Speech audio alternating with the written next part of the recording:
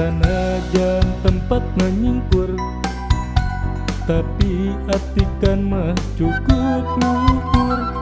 Warga sakolana kabeh luhung ngaronjakeun.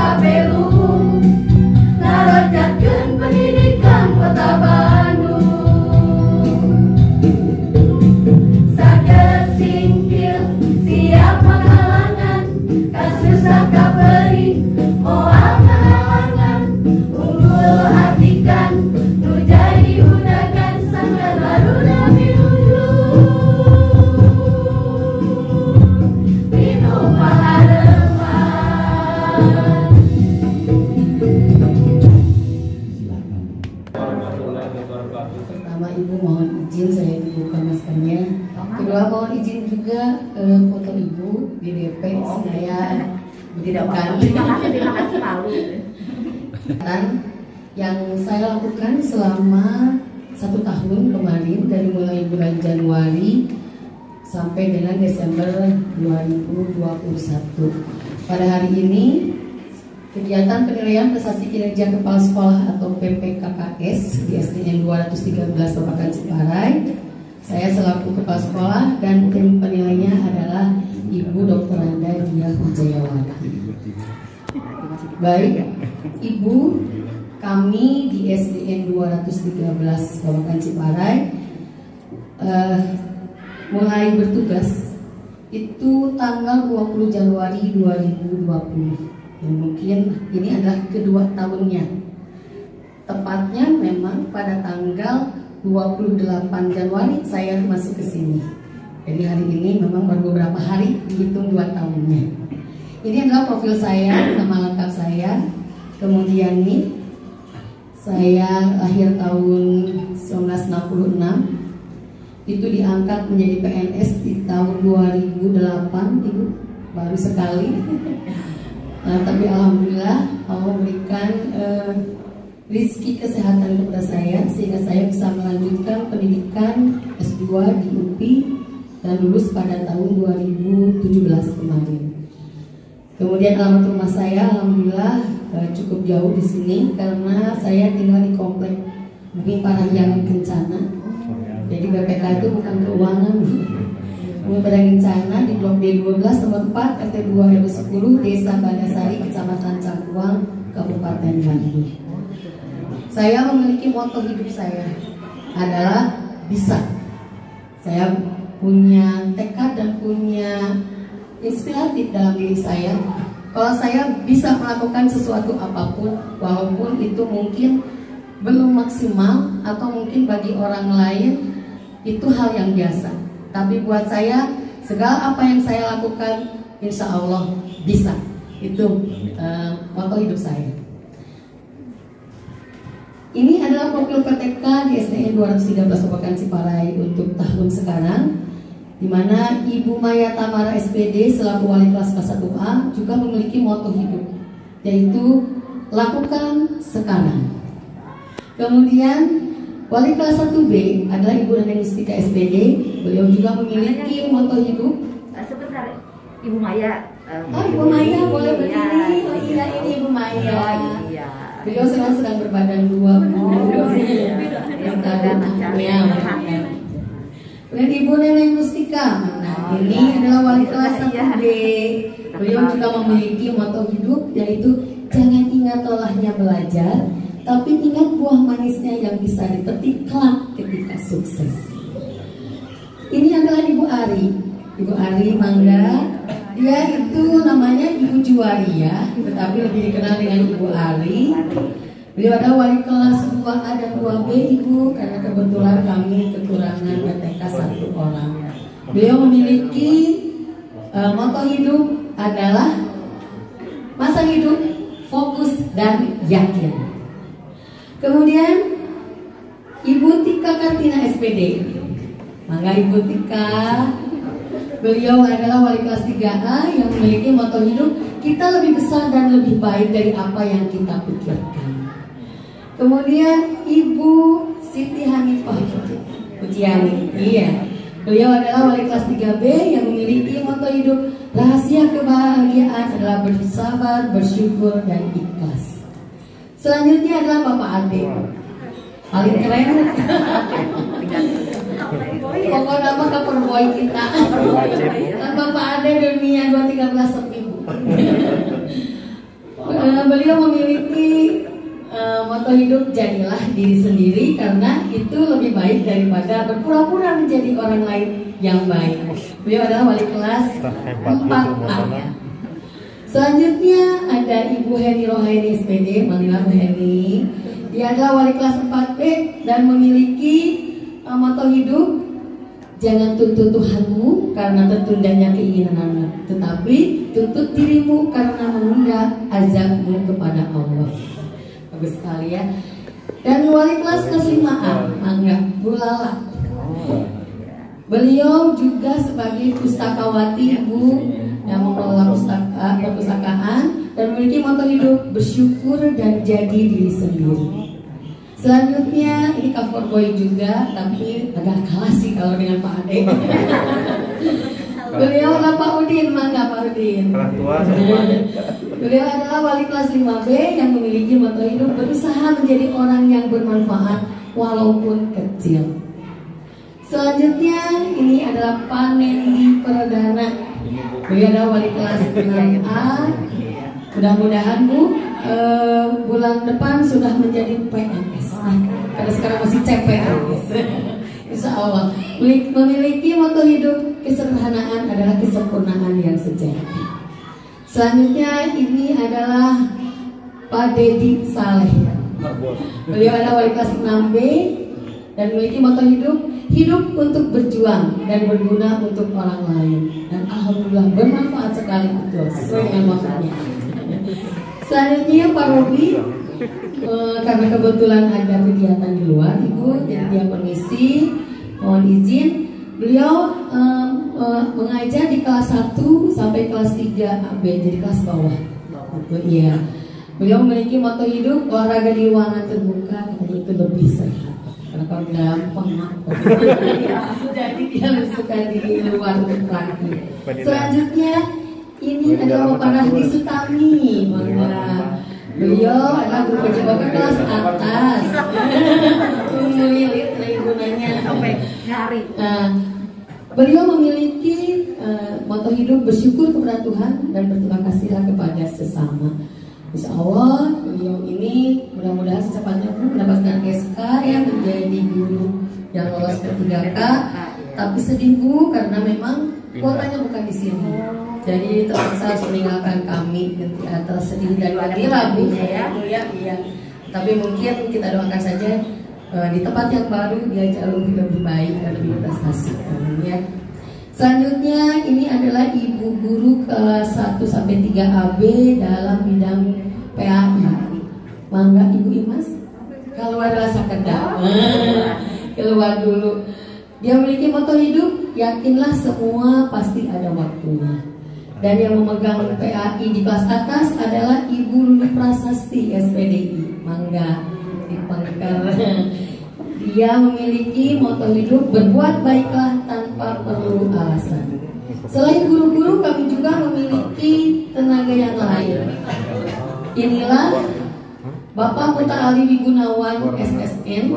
Beliau adalah guru ekskul karawitan. Karena ekskul Bu, jadi beliau tidak eksis setiap hari, tetapi hari Jumat dan Sabtu beliau hadir di sini mengajar ekskul kelas 4 dan sampai kelas 6 A dan B.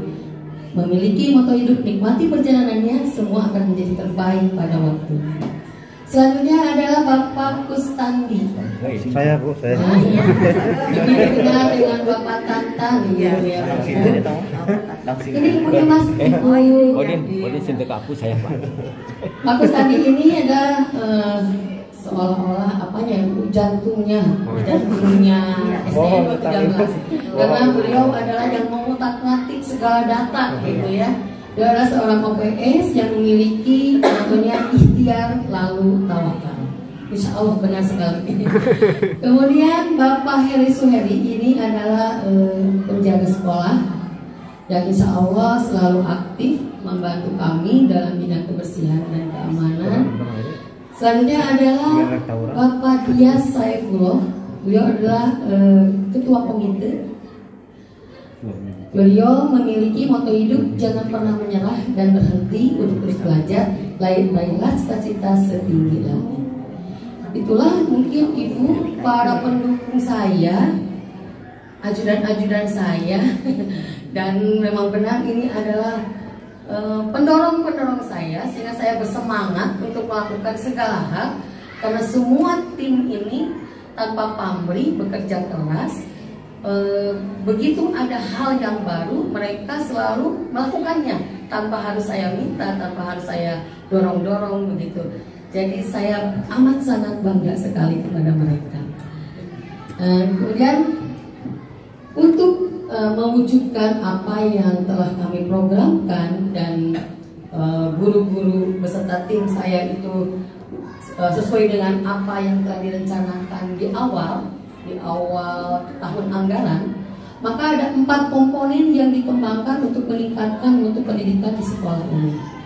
Yang pertama adalah proses belajar mengajar, yang kedua PTK-nya, yang ketiga sarplasnya, dan yang keempat adalah tata kelolanya. Ini 4 logik yang memang amat sangat kami dahulukan, khususnya dalam pelayanan kepada peserta didik.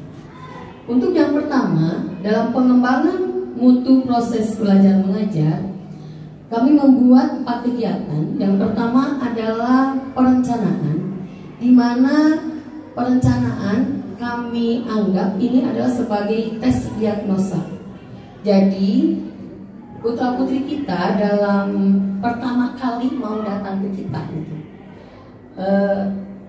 dalam artian ada siswa baru, juga ada siswa yang naik kelas. Itu kami upayakan setiap anaknya oleh para wali kelas pemegangnya dilakukan tes diagnosa non kognitif dan kognitif. Yang non kognitif itu kami potret hasilnya adalah untuk mengetahui kesiapan apakah anak tersebut sudah siap menerima levelnya itu gitu. Seperti kelas 1, apakah sudah siap dia menjadi siswa kelas 1? Karena jauh sebelum mereka duduk di kelas 1, mungkin mereka punya basic pengalaman di TK atau mungkin juga di rumah yang tidak memiliki aturan tertentu. Sehingga kalau mereka sudah diberi tes diagnosa itu berupa gambar, disuruh mewarnai saja. Di situ akan terlihat bagaimana kepiawaian anak tersebut apakah misalnya di kelas 1 kami berikan huruf-huruf untuk diwarnai saja, tidak dites ini huruf apa huruf apanya, tapi diwarnai saja. Kelas 2 juga seperti itu, diwarnai saja. Nah, kita terlihat di sana. Kalau yang sudah siap mungkin akan rapi, akan teknik daripada mewarnainya juga, gradasinya mungkin, atau pencampuran warnanya, atau juga narik garisnya gitu Bu ya, apakah keluar atau tidak. Nah, di situ akan terlihat. Jadi tes non kognitif ini ditujukan untuk memotret kesiapan putra putri duduk di level tersebut. Kemudian yang tes kognitif itu dipersiapkan bagi kita untuk pemetaan nanti wali kelasnya. Apakah wali kelasnya itu akan memberikan pelayanan seperti apa? Karena kalau kita tahu bahwa anak di kelas 2 misalnya, kalau kelas 1 kami tidak melakukan tes kognitifnya secara benar-benar Bu, karena kita memang tidak diperkenankan untuk mengetes secara akademik. Tetapi paling tidak jika memang kita bertanya, kalau di kelas 1 ini huruf apa, ini huruf apa, mereka belum mampu, jadi ada pemetaan nantinya. Apakah siswa ini perlu bimbingan? Apakah termasuk pada kelompok yang siap ataukah kelompok yang mahir? Sehingga nanti jika ada sudah ada pemetaan seperti itu, maka pelayanan pun guru itu akan dengan mudah, tidak menyamaratakan, karena memang karakteristik anak berbeda-beda. Bukan berarti membeda-bedakan Bu, tetapi kita akan memberikan pelayanan yang pas begitu ya kepada peserta kita. Kemudian dalam pelaksanaannya, setelah kita tahu bahwa anak itu ada di level mana, maka kita akan pemilihan kompetensi dasar yang esensial, yaitu kompetensi dasar yang menjadi prasyarat atau utama untuk naik ke level selanjutnya. Seperti di kelas 1 mungkin saja KD yang paling esensial adalah membaca mungkin ya. Nah, ini yang paling ditekankan. Jadi materi-materi yang mengarah pada literasi itu lebih diutamakan, sehingga nanti naik ke kelas 2 akan mampu memahami segala materi yang ada. Begitupun ke kelas 3 dan selanjutnya. Kemudian juga setelah kita tadi tahu siswa itu ada yang di level mana, di level mananya, maka kita akan mudah menggunakan metode apa yang bisa interaktif dengan peserta didik.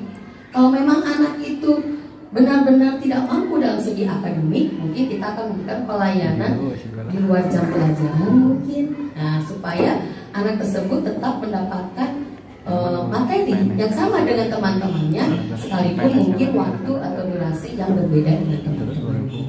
Kemudian juga kita karena kondisi masih pandemi seperti ini, maka metode atau teknik penyampaian itu dilakukan dalam 3 hal.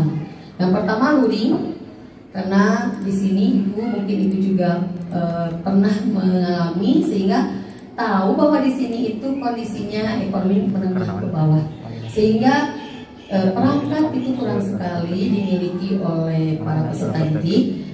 Maka kami mengadakan kegiatan luring. Jadi tugas-tugas kami persiapkan, kemudian para komite kelas kami undang untuk mendistribusikan kembali tugas-tugas yang harus dikerjakan.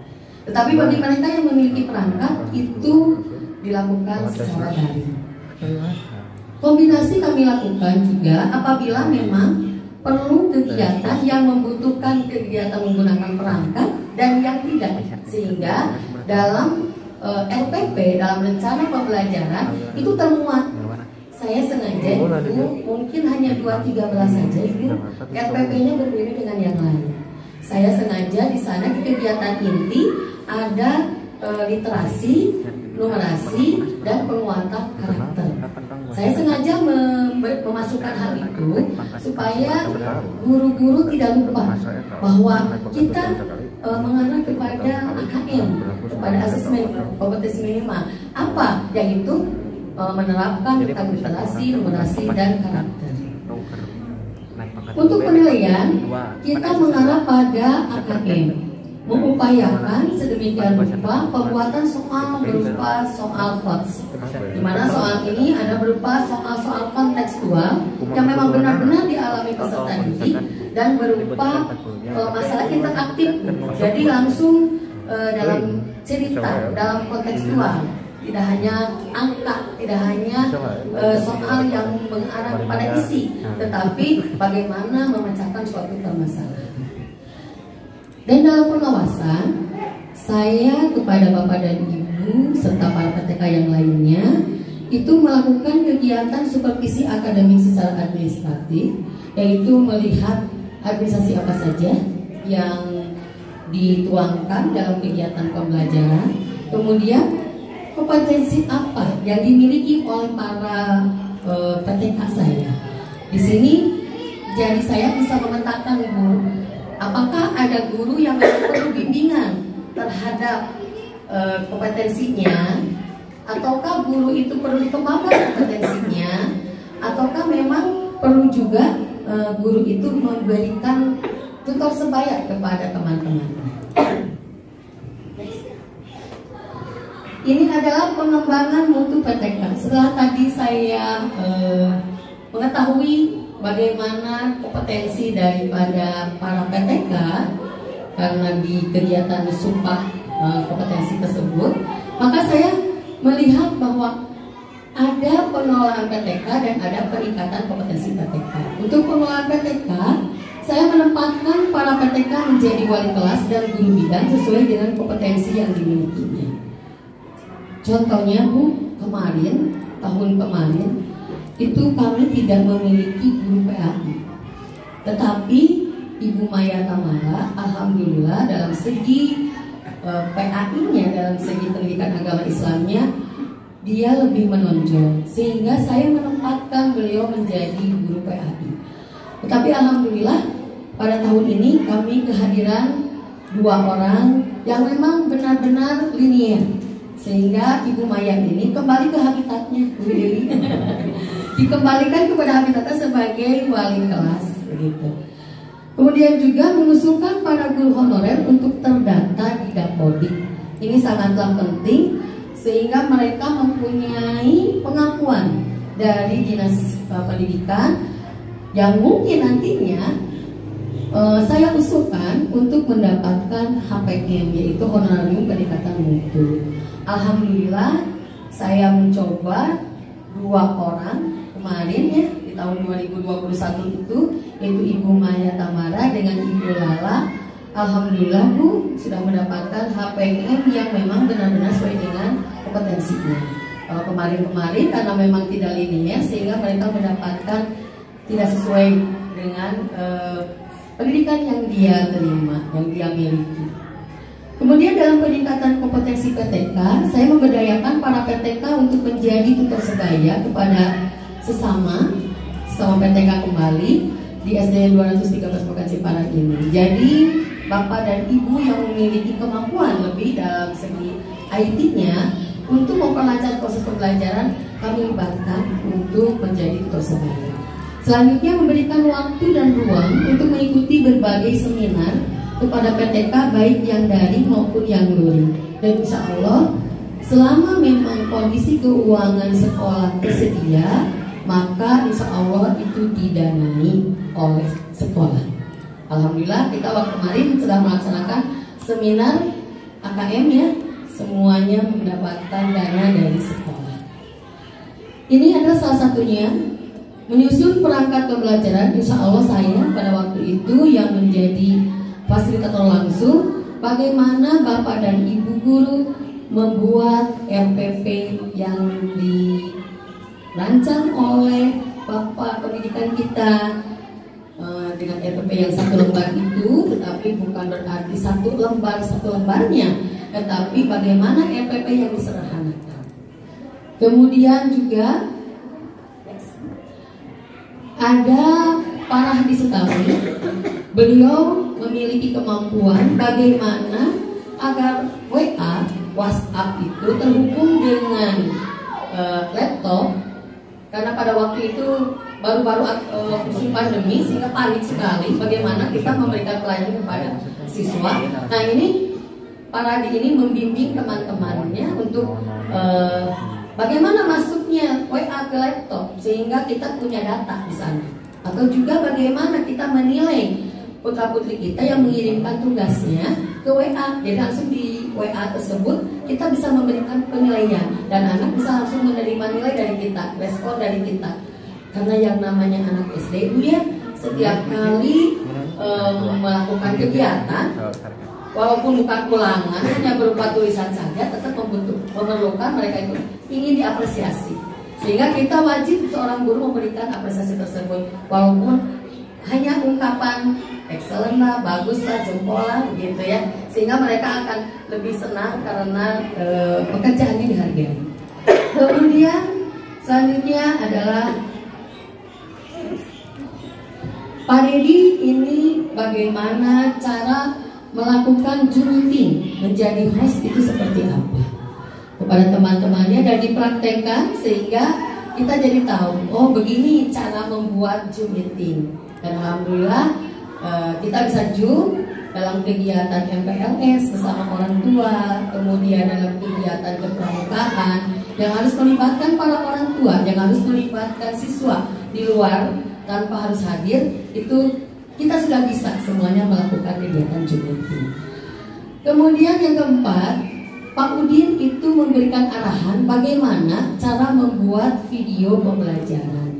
Karena kadang-kadang kita juga memerlukan penjelasan kepada anak-anak kita bagaimana menyelesaikan suatu permasalahan.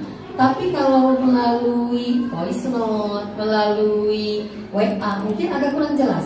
Tetapi kalau melakukan video anak bisa melihat langsung penjelasannya. Nah, beberapa ibu dan bapak guru alhamdulillah setelah mendapatkan arahan dari Pak Udin, sekarang beberapa sudah bisa melakukan kegiatan membuat video bahan ajar. Kemudian bagaimana kalau kita mau melakukan pengolahan data atau juga mau melakukan ulangan dengan mudah, maka dilakukan pembuatan Google Form. Ibu Henny telah memberikan arahannya, berbagi ilmunya dengan teman-teman sehingga bisa membuat Google Form untuk melakukan kegiatan penilaian atau juga pengolahan data yang lainnya. Sehingga setelah kita membuat Google Form, maka kita tidak lagi menilai secara manual, tapi langsung di sana sudah tertera nilainya dan kita juga bisa langsung menganalisisnya. Alhamdulillah kegiatan PAS, kegiatan PAT sudah kami lakukan melalui Google Form. Ini adalah peningkatan kompetensi PTK melalui kegiatan secara daring. Pak Udin, kemudian Ibu Henny dan semuanya. Selanjutnya ini adalah Ibu Juwaria, Ibu Ari ya. Bu Ari sangat aktif sekali sehingga di tahun 2021 mendapatkan 4 sertifikat. Terima kasih ya Bu Ari ya. Tepuk tangan. Perlu dicontoh oleh yang lain karena Bu Ari ini 4 sertifikat sudah dimiliki ya. Beliau sangat rajin. Ini adalah Ibu Siti Hanifah. Beliau juga 2 sertifikat ya. Kemudian Butika juga 2 sertifikat. Nah itu Ibu diantaranya. Alhamdulillah saya sendiri juga mengikuti kegiatan selain dari dinas juga kegiatan secara pribadi, yaitu mengikuti kegiatan seminar kurikulum prototype ya, kemudian bagaimana merancang sebuah bahan ajar ya. Alhamdulillah cuma tidak ditampilkan saja di sini, tapi insya Allah ada di sebelah sana. Untuk pengembangan mutu sarana yang ketiga ya Pak, untuk yang ketiga. Untuk pengembangan mutu sarana di sini dalam perencanaan saya melakukan kegiatan penataan lahan, kemudian juga rehab terhadap kelas atau juga terhadap halaman sekolah, kemudian pengadaan alat permainan, kemudian pengadaan tempat duduk, gitu ya. Nah, ini dalam penataan lahan, Bu. Waktu saya hadir di sini, di tempat ini, di tempat yang sekarang kita berada, itu adalah rumah dinas kepala sekolah, tidak salah. Itu hancur, kemudian menjadi sarang sampah, gitu ya. Dan alhamdulillah kita mendapatkan DAK, sehingga ini bisa terwujud. DAK-nya adalah DAK swaklola. Alhamdulillah kami dipercaya dan alhamdulillah juga dapat terselesaikan sesuai dengan waktu yang telah ditentukan. Selanjutnya di dekat, ya masih di lingkungan ini juga, ini tempat sampah asalnya, Bu. Kemudian ya jemuran dan sebagainya. Nah, kami kelola sehingga menjadi 4 buah toilet khusus sekarang dipergunakan untuk putri, karena putranya ada di belakang. Selanjutnya ini adalah, mohon maaf ini afternya belum. Klik. Sudah harus suasana ya. Klik aja. Ini oh iya. Ini sebelumnya seperti itu, Bu, tidak ada tanaman. Alhamdulillah para orang tua bekerja sama sehingga mereka punya ide-ide dan taman alhamdulillah menjadi hijau. Tetapi karena memang kondisi yang menyebabkan taman menjadi tergeser di tengah sehingga berdiri di sana. Bantuan dari Dinas Pertamanan, yaitu pembuatan sibal. Tetapi kami tidak bisa menolak karena itu juga bantuan yang nantinya ini diperuntukkan untuk masyarakat. Karena masyarakat di sini membutuhkan air dan kita hanya menyediakan lahannya saja, tetapi manfaatnya kita rasakan karena kita mendapatkan air bersih dari sana tanpa harus mengeluarkan dana spesial. Ini adalah rehab, Bu. Ada rehab 5 ruang di lantai atas. Ini kondisinya seperti ini. Next, Pak Ibu. Nah, kemudian diperbaiki lantainya, kemudian dindingnya. Next lagi. Atapnya juga ini diperbaiki sehingga alhamdulillah sekarang di ruang lantai atas sudah menjadi kelas yang cukup baik, cukup nyaman untuk dilaksanakan proses pembelajaran. Ini adalah rehab juga, Bu, dan itu pemasangan paving block di depan pintu masuk sehingga sekarang menjadi ada paving blocknya. Kalau dulu masih terasa seperti ini, Bu, yang sebelah sananya kotak-kotak, dan memang itu membahayakan sekali bagi pengendara atau anak-anak apabila ada hujan. Ini adalah perbaikan atau rehab pemasangan paving block di depan pintu keluar sebelah sini, Bu. Ini juga sama, paving blocknya itu miring sehingga akan mudah air masuk ke halaman. Dan alhamdulillah sekarang sudah diperbaiki sehingga posisinya dalam kondisi datar. Ini adalah rehab 3 ruang toilet untuk siswa laki-laki yang berada di samping ruang guru. Ini begini kondisinya, dan alhamdulillah sekarang sudah nyaman, sudah bisa dipakai oleh seluruh siswa. Selanjutnya adalah pengadaan sarpras. Ini yang pertama adalah tempat duduk. Karena musola tanpa tempat wudhu mungkin agak kurang nyaman. Untuk itu kami buat di pinggirnya. Dan ini juga berfungsi sebagai CPPS. Ini adalah pengadaan sarana pembelajaran yang lainnya, yaitu kami menyediakan juga ada tablet, laptop, twin mirror, penambahan daya listrik, kemudian fan di sini, kemudian juga kamera digital, serta infokus. Ini adalah pemetaan sarpras, Bu, laptop dan ruangan ini. Ruangan ini dijadikan ruangan ANBK atau kegiatan untuk multiguna ya, Bu, ya. Selain untuk pembelajaran, untuk ANBK juga kita menyediakan di sini tempat untuk kami melaksanakan kegiatan meeting, kegiatan rapat, begitu ya. Alhamdulillah. Dan juga dilaksanakan ini untuk kegiatan Zoom meeting sehingga anak-anak pada saat Zoom meeting bisa menempati ruangan ini karena memiliki laptop yang cukup. Kemudian ini adalah twin mirror. merupakan media pembelajaran interaktif. Juga ini dimanfaatkan untuk guru-guru melaksanakan kegiatan pembelajaran. Selanjutnya ini adalah Infokus Bu. Infokus yang ada di tiap kelas. Kalau yang sebelah sananya Infokusnya yang ini Bu. Kalau yang sebelah sini adalah Infokus di tiap kelas. Dan alhamdulillah di tiap kelas ada Infokus untuk membantu Bapak dan Ibu guru melaksanakan kegiatan pembelajaran secara daring atau menggunakan IT. Ini pemanfaatan Sarpras yang lainnya, diantaranya halaman sekolah.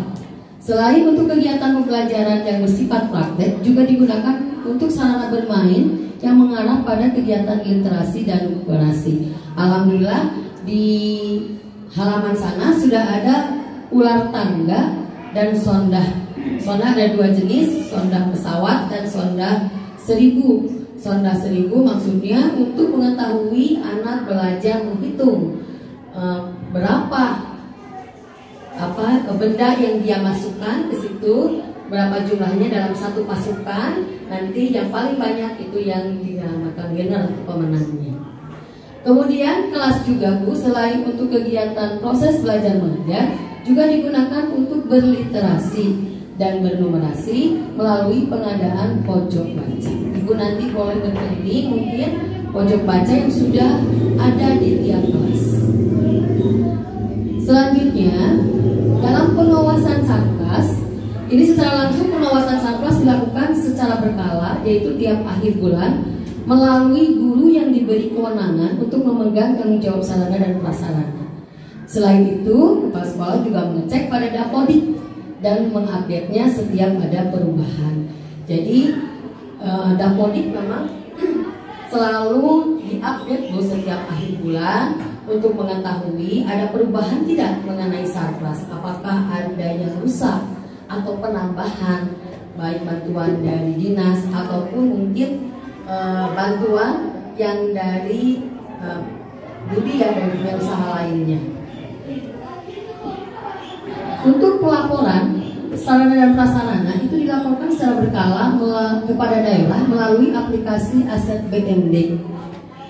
Dan secara manualnya dilaporkan pada Dinas Pendidikan Kota Bandung pada bagian sarana dan prasarana, khususnya ke bagian aset.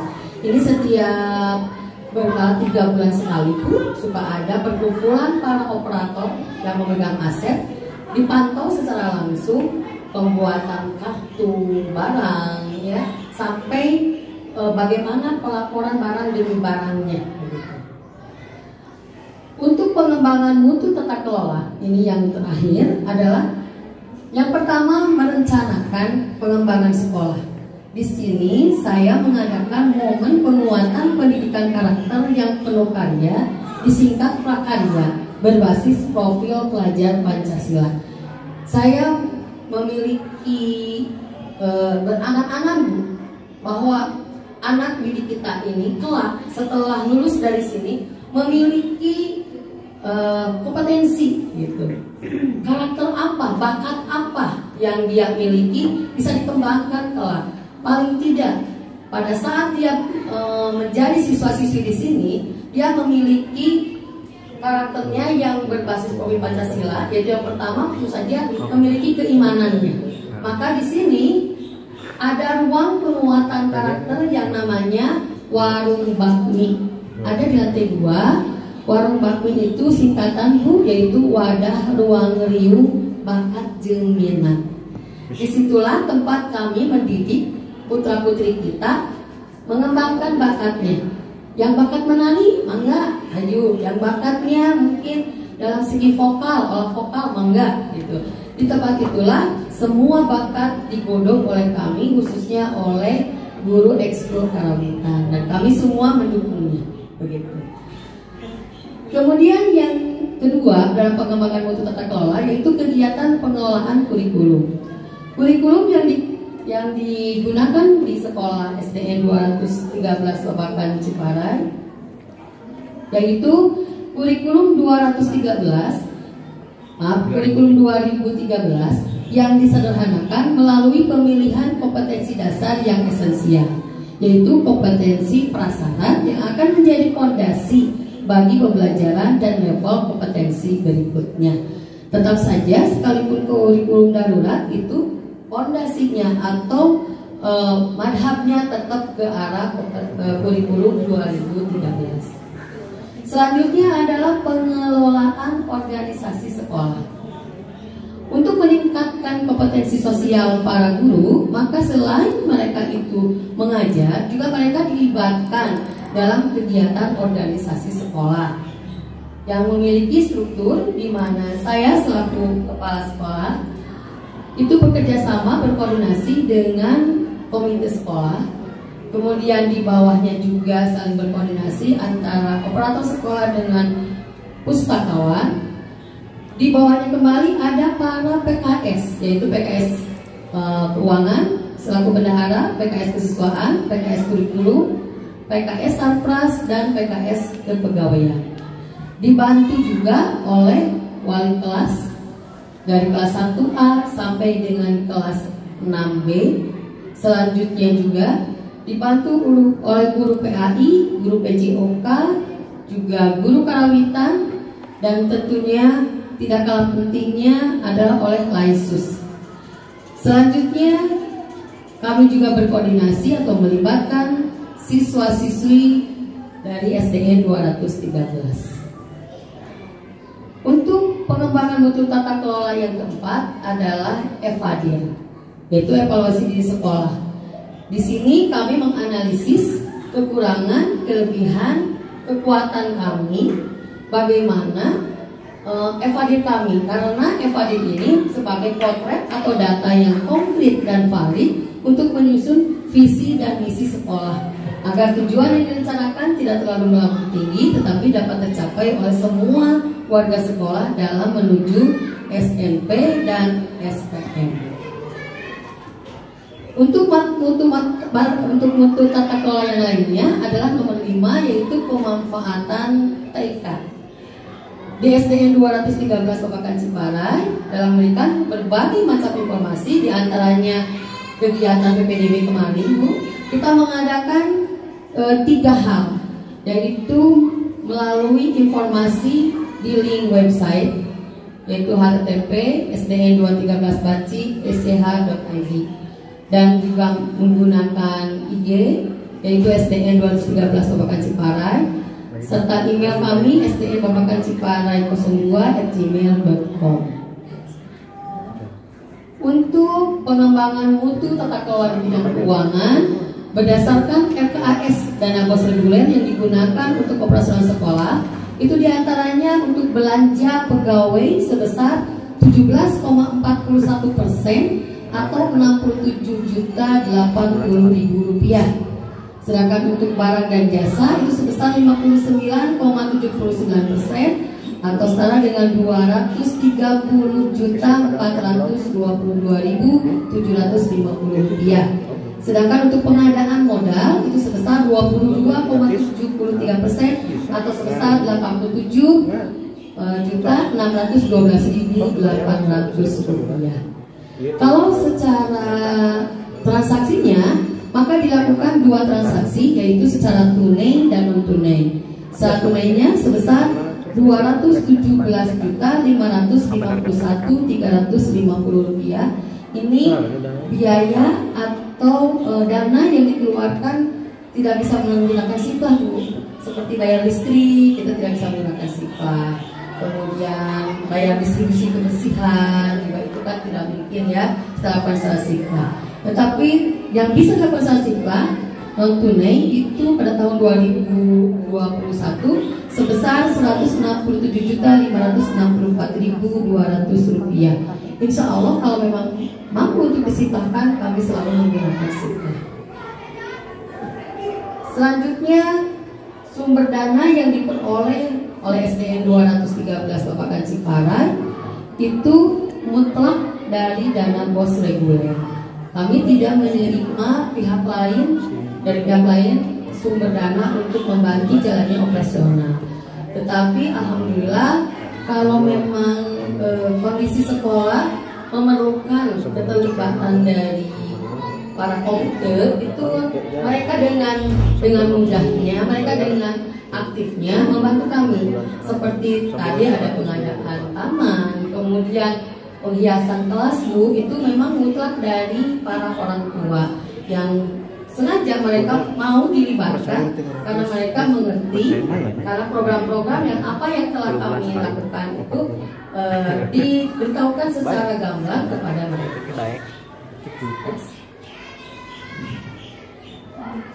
Rekaman ini tadinya itu saja mungkin Ibu yang dapat saya sampaikan.